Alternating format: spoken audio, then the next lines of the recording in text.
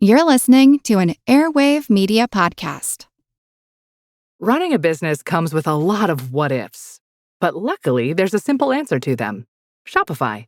It's the commerce platform behind millions of businesses, including Thrive Cosmetics and Momofuku, and it'll help you with everything you need. From website design and marketing to boosting sales and expanding operations, Shopify can get the job done and make your dream a reality. Turn those what-ifs into... Sign up for your $1 per month trial at shopify.com/special offer. Have you ever gazed in wonder at the Great Pyramid? Have you marveled at the golden face of Tutankhamun? Or admired the delicate features of Queen Nefertiti? If you have, you'll probably like the History of Egypt podcast. Every week, we explore tales of this ancient culture. The History of Egypt is available wherever you get your podcasting fix. Come, let me introduce you to the world of ancient Egypt.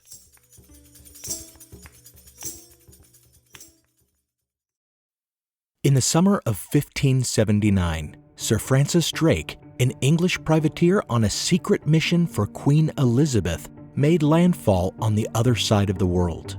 He had embarked with 5 ships in 1577, tasked with sailing around South America to the Pacific and capturing Spanish treasure galleons off of Peru and up the coast of the Americas. After much attrition, with his fleet reduced to 1 ship, the Golden Hind, he struck out north in search of the Northwest Passage, a much theorized route through the Arctic Ocean that not only would have taken him back to Europe, but also would have proven to be a valuable trade route. Turning back due to inclement weather, he landed in 1579 in a beautiful place that he dubbed Nova Albion. This port was somewhere on the coast of modern-day California. He encamped there for 5 weeks, gathering provisions and repairing the Golden Hind, in preparation for circumnavigating the globe.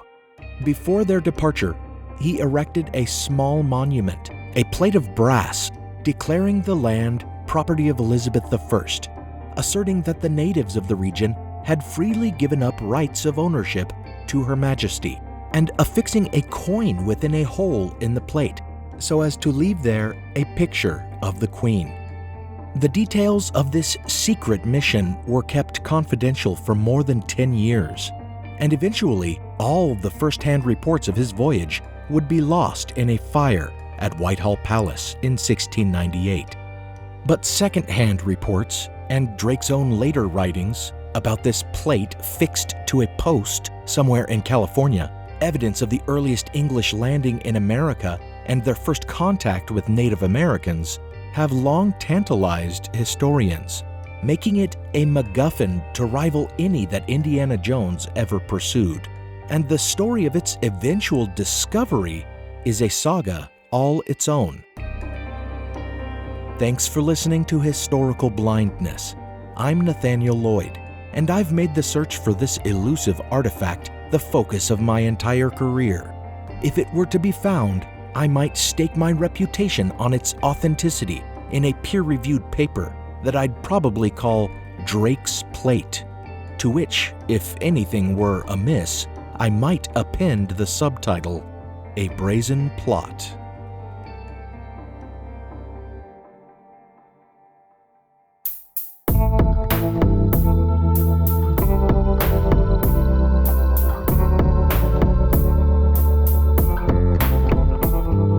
In the introduction of this paper, I'd certainly want to thank all the investors and supporters of the academic study. So here I'd especially like to thank Karen, who after my recent announcement that I'd be suspending the billing of my patrons during the pandemic, chose to bankroll this project with a generous one-time donation on my website. Thanks again, Karen. In this episode, I tell a story that I wanted to include in my episode on E. clampus vitus, but it was too big to encompass in a mere paragraph at the end of the episode. It involves some prominent members of the Yerba Buena chapter Redivivus, which was responsible for reviving E. clampus vitus in the 1930s. This group's rank and file was full of professional historians, officers of historical societies, journal publishers, and artifact collectors. One among these was the famed historian of the American West, Herbert Eugene Bolton, the originator of an entire theory and school of American historiography, whose principal tenet was that U.S. history can only be properly understood in context with the history of all colonial powers and other American countries influenced by colonialism. He spent most of his career at the University of California, Berkeley, where he helped to establish the Bancroft Library as a major center for research.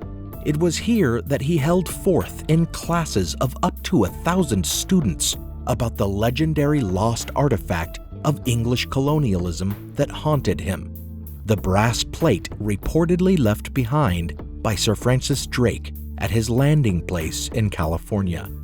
It was a mystery he had always hoped to solve before the conclusion of his long and lauded career, and he regularly urged his students to search for it, marshaling them to his cause like his own personal expeditionary force.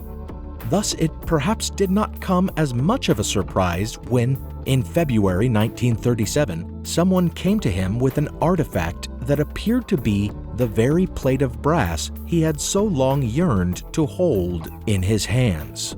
And what better person to scrutinize such a find and verify its authenticity?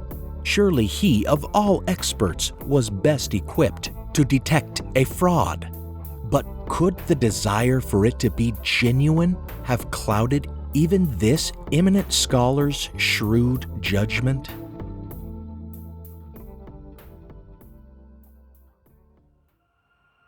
In the summer of 1936, one Beryl Shin, employee of an Oakland dry goods store, was driving along a road near Corte Madera Creek, not far from San Quentin Prison in the Bay Area, when his tire went flat, forcing him to coast over to the shoulder.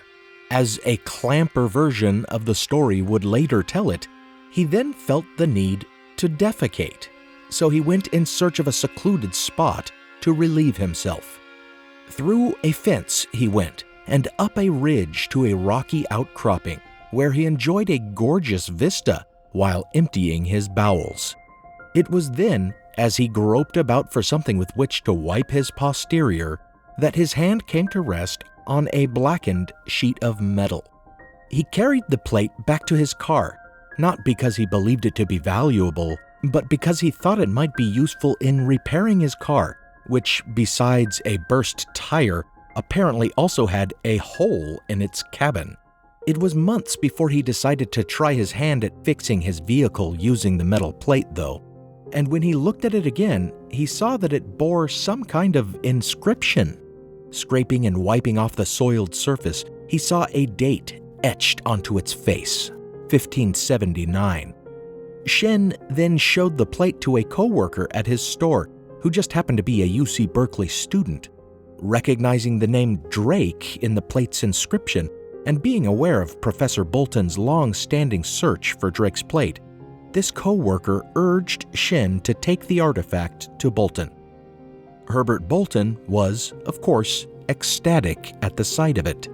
He was 67 years old at the time, and believed that the discovery of Drake's plate could serve as the culmination of his already impressive career.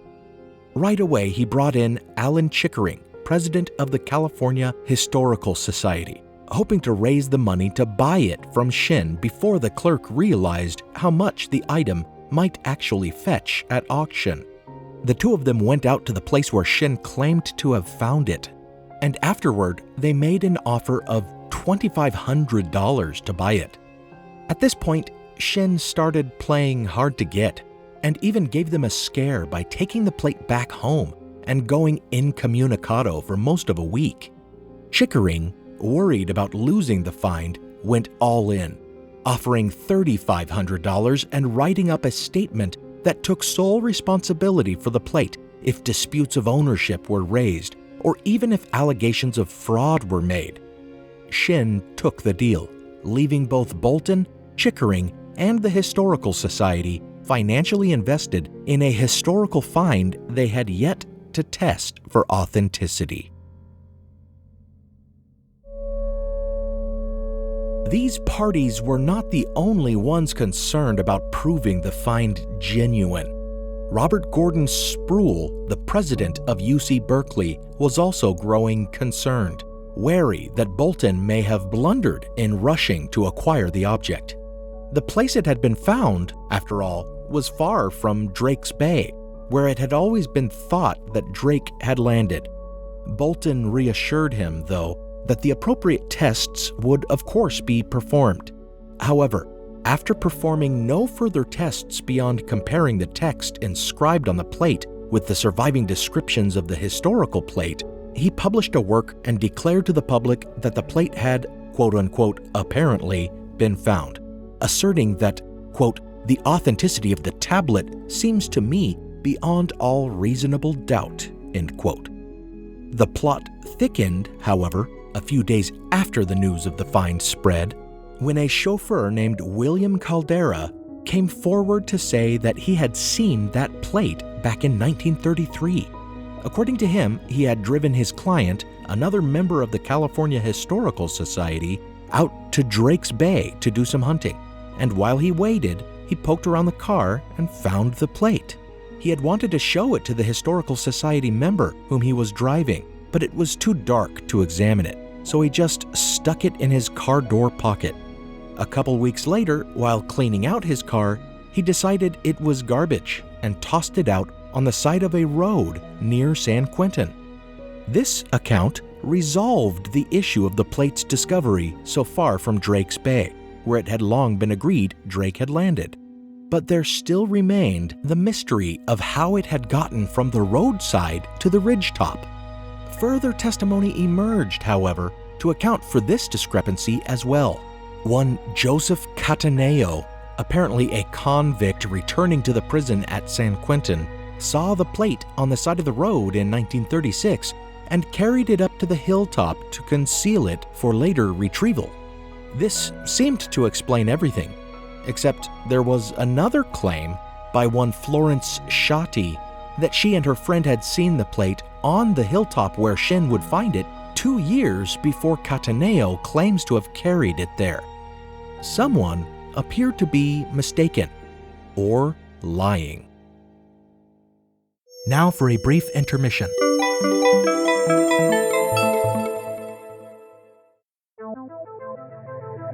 The mall, a staple in the American pastime since the mid-20th century. Though some still thrive today in all their retail glory, others have fallen to the rise of our technology. So grab a hot pretzel and find a hard bench on which to relax, underneath a beautiful enclosed facade. And join me as we discuss the history of malls.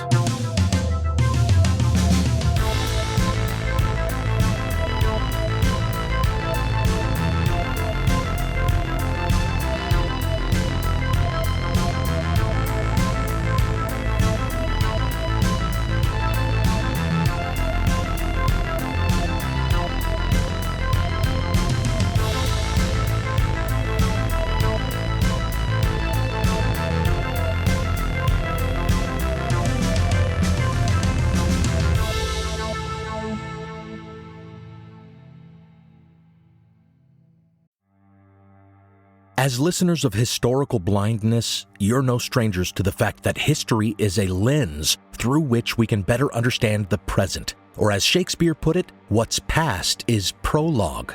History is the indispensable context without which we cannot hope to truly understand current events. You understand that, and so do the creators of the American Scandal podcast.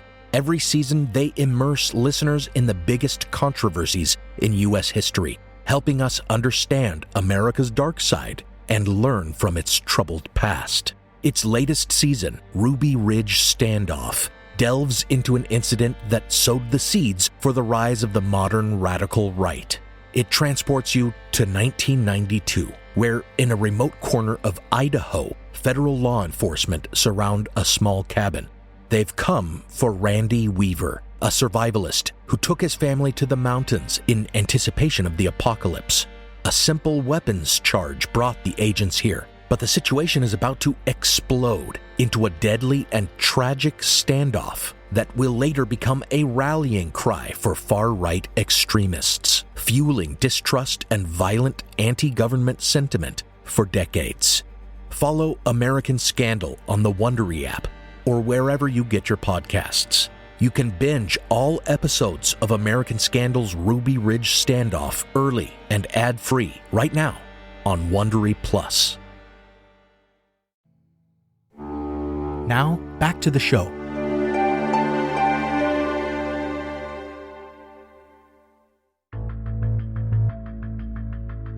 Suspicions lingered, and when a manuscript specialist named Henry Hazelden wrote a paper in September questioning the plate's authenticity, Bolton and Chickering were quick to defend the artifact and the honesty of both Shin and Caldera. To answer any further criticism, the university and the Historical Society engaged a respected metallurgist named Cohen Fink to perform electrochemical tests on the plate. For 7 months, he and his team completed a battery of tests on the artifact, and their report affirmed that the composition of the alloy and the patina all stood up to scrutiny as originating from the time of Sir Francis Drake. To protests that the plate was actual brass, as in an alloy of copper and zinc, whereas the Old English word brass as used on the plate actually referred to bronze, as only alloys of copper and tin were made in England at the time, their explanation was that the plate itself must have been of Spanish origin. An acceptable explanation since Drake had been seizing Spanish goods and treasure throughout his voyage. As for why the plate lacked the green oxidization known as verdigris that would be expected on a brass plate of such age, their simplistic answer was that it must have been because California's climate was so mild. Despite the lameness of these defenses, their report was generally accepted.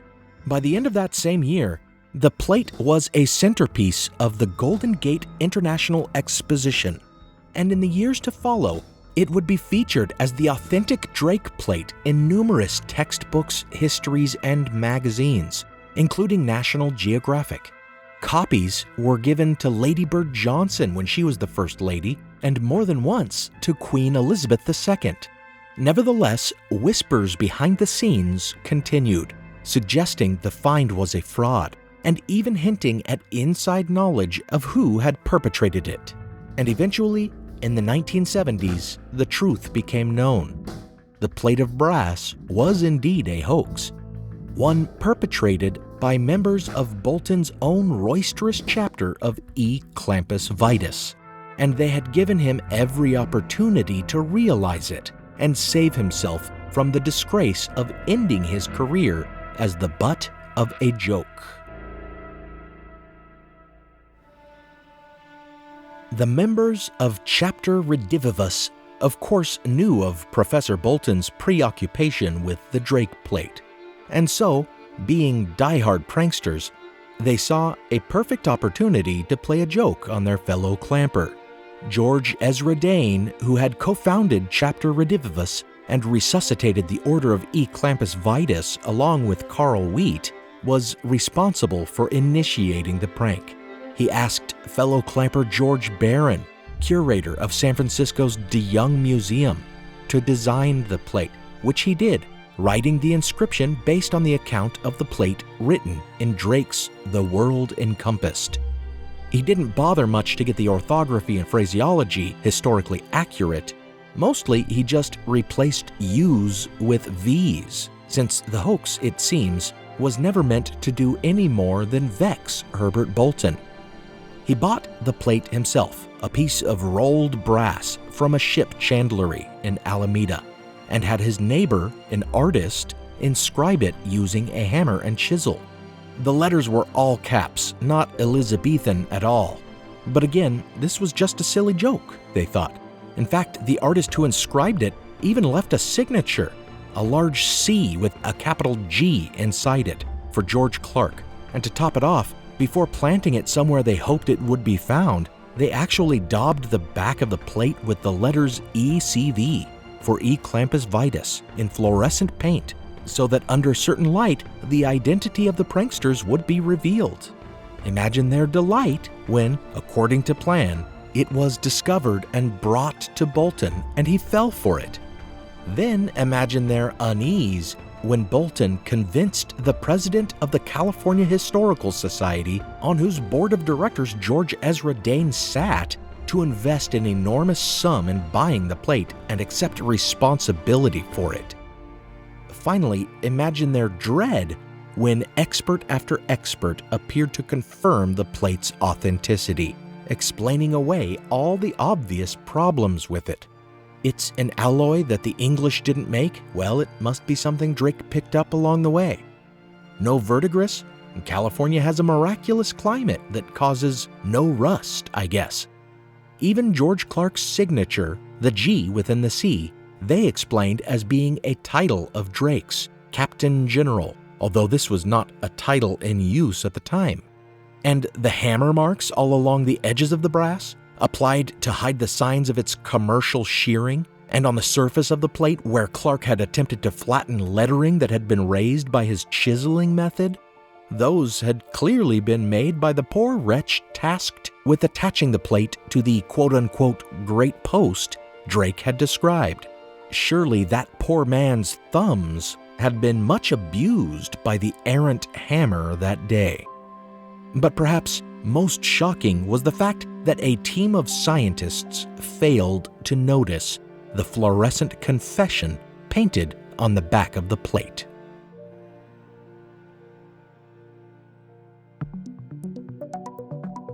Dane and the other clampers in the California Historical Society could not easily come forward once the hoax had gone that far. So instead, they tried to nudge Bolton into a realization of the fraud. In May, the month after Bolton's initial pronouncement of its authenticity, his clamper friends dedicated a plaque near Tuolumne City that was itself a brass plate with chiseled lettering that replaced U's with V's. This one was dedicated by Chief William Fuller of the Miwok tribe, and it revoked the grant of land supposedly surrendered to Sir Francis Drake and Queen Elizabeth so long ago. Clearly, at least in part, the stunt was meant to show Bolton how a similar plate could easily be manufactured. But Bolton appeared not to take note, as he was more concerned by the scholarly challenges to the plate's authenticity that had begun to appear. Then, in September, one clamper of the Yerba Buena chapter sent a letter to Bolton purporting to be from, quote, Consolidated Brass and Novelty Company, end quote, hinting at the modern manufacture of the plate by saying, quote, I am sure you will be interested in our special line of brass plates. These plates have a beautiful finish. We make them in all sizes and shapes and in a variety of scripts and dates. We have a very attractive Elizabethan line, end quote.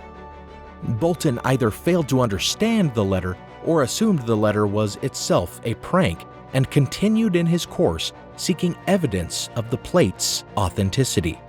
Finally, his chapter of the Clampers released a new book of tall tales about the exploits of ancient Vituscan brothers, and the first entry in this anthology was all about the newfound Drake plate.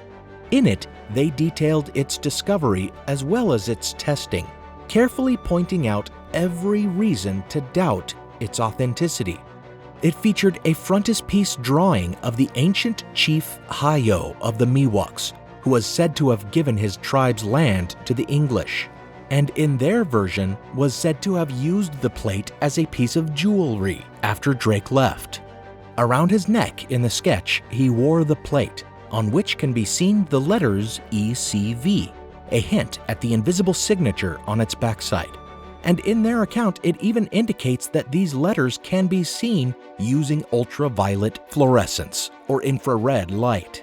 According to their fanciful version of Drake's account, the plate had been inscribed by Drake's chaplain, a member of E. clampus vitus. And so, cleverly, the story ends with the confession, hidden in plain sight, that the plate was, quote, the rightful property of our ancient order, end quote.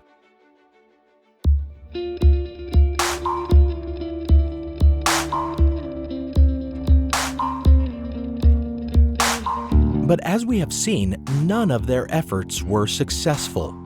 Professor Herbert Bolton was so intent on this artifact being the real deal that he made sure it was found to be so, and he was aided in his endeavor by many a scholar and scientist who likewise wanted to believe.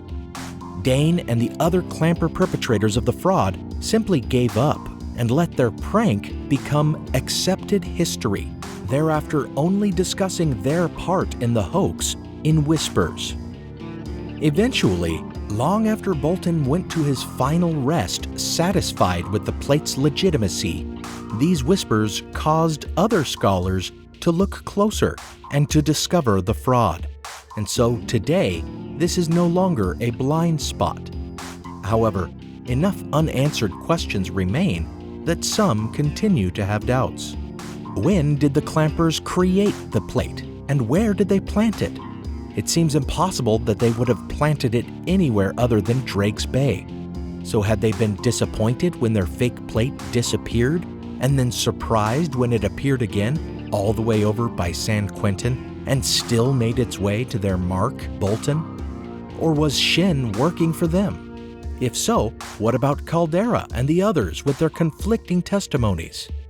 Some have even suggested that there were two plates, that which had been found in Drake's Bay and lost again years later, and that which had been brought to Bolton. Could one of them have been the real Drake plate? Or is the real plate lost forever, a missing piece of our past? Or was there never a plate to begin with, as some have suggested? And was the whole story of a monument marking a land deal with the natives concocted by Drake to strengthen English colonial claims in the New World? These are questions we may never answer, unless some sharp-eyed Californian manages to dig up the genuine plate of brass left by Sir Francis Drake in Nova Albion.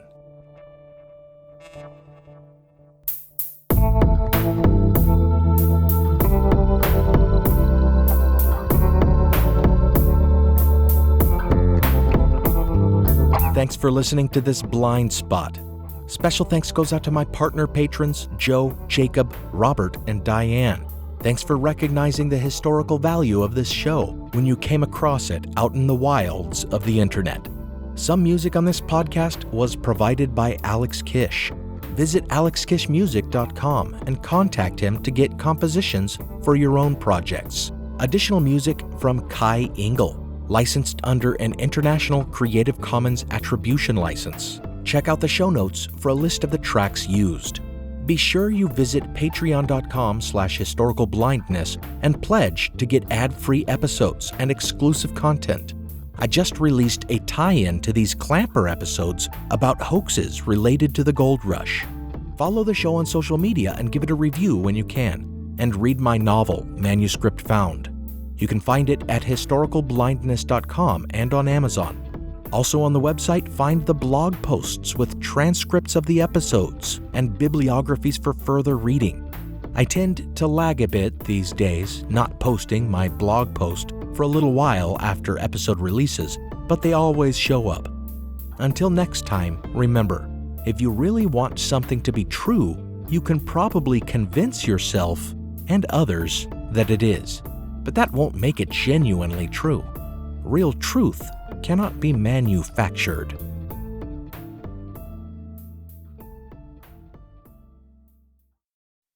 The Civil War and Reconstruction was a pivotal era in American history.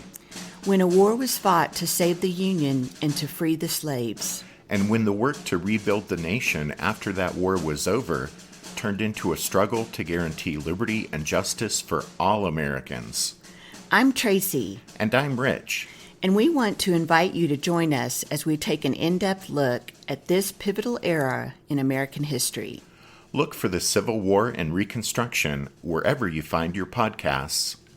What does Sputnik have to do with student loans? How did a set of trembling hands end the Soviet Union? How did inflation kill moon bases? And how did a former president decide to run for a second non-consecutive term? These are among the topics we deal with on the My History Can Beat Up Your Politics podcast. We tell stories of history that relate to today's news events. Give a listen. My History Can Beat Up Your Politics, wherever you get podcasts.